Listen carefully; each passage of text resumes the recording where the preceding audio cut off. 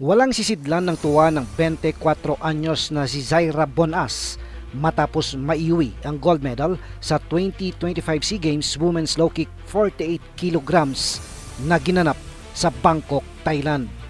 Ayon sa third-year student ng Benguet State University, nagbunga din ang walang humpay na training at ensayo niya para makamit ang inaasam na gintong medalya.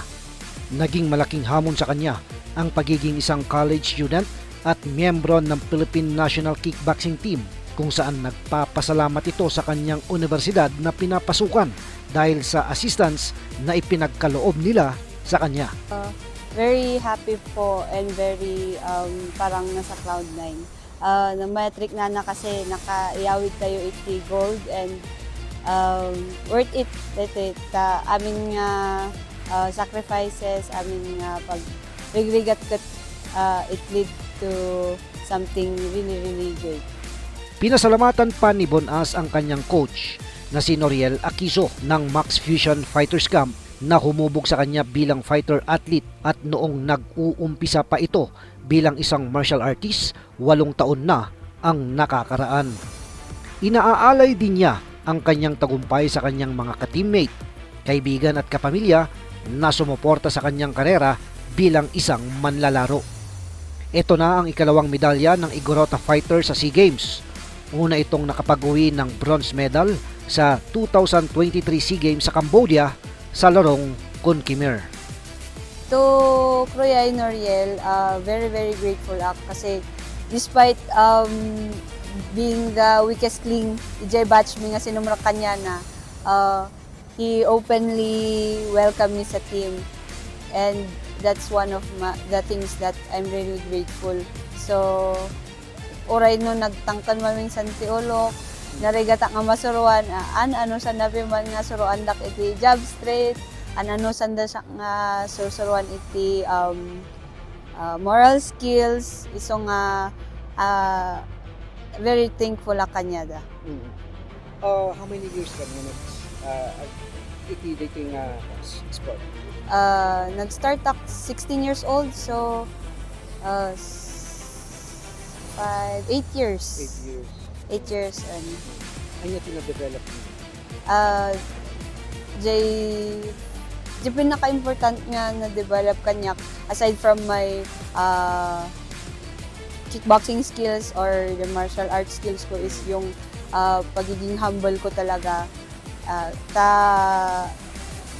Aming mga athlete kat at the face nga talaga nga maging super boastful kami at the kasi nga moment yon. So nga pasalamat akin da Noriel kasi they humbled me in many ways.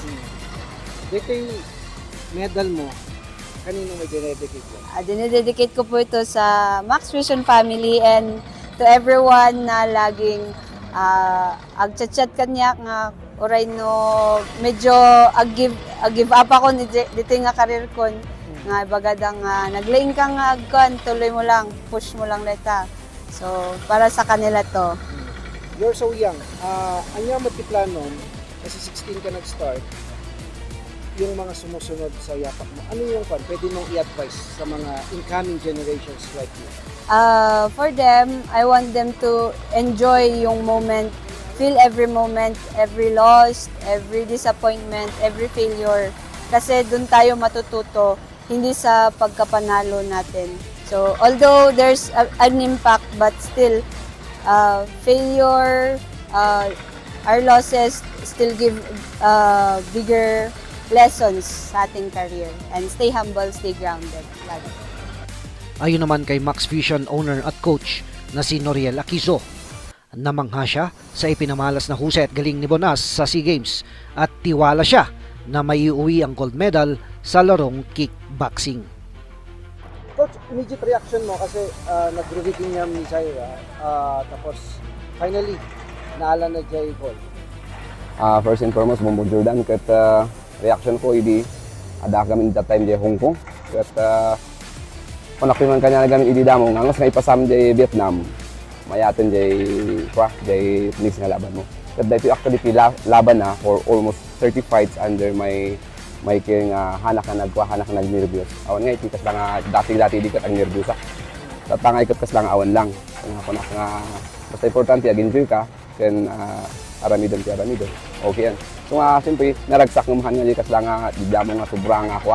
Sobrang kas lang ma-stress ka mas lang although adayo ako mo tibi yan ang normal lang. Naragsak. So knowing her, saan mo miso ng pinadakkel, pinagmature ijay ayang kickboxing. Kasi syempre sikat nagrugi nga nag-hone the skills niya. Uwan Bombo Jordan ko idi 8 years ago in my piman dagitada kat ko ti kas lang base me Muay Thai at the same time kickboxing ta parehas lang kickboxing kan Muay Thai ti isursurok ket idi damo lang madik nga agpasyo nga tanggapon day tata kuwagarod kas lang karabaw nga kunak nga awan nga iti kas lang makita nga kas lang nagana dito IQ for fighting kung ulo nagagat timan so agpasyo ko na nga ti hard work na ti abako na iti talent mo talaga nga ipuspus sa pamuspusan. So nga iso na dyan may isang klase ti ubing nga nagagat, uray no adati bagam, uray no hana nga mala, ulit-ulit na nga. Repetition nga talaga ti man ti ko ano. Uray nga na actually dyan tas nga laban na dyan first fight na dyan Vietnam nga ikat makuangan makita ka dyan kulang. So ako napiman nga tinmawag kat kung nakako si Tierra Midam kat mo dyan second fight mo medyo mumayat. At least medyo minmet mas nag-adjust nga dados. Para sa Bombo Fun Fitness and Sports, Bombo Jordan the Black, and this is Bombo Radio Philippines, the #1 and most trusted source of news and information, Basta Radio. Bombo, good morning Philippines!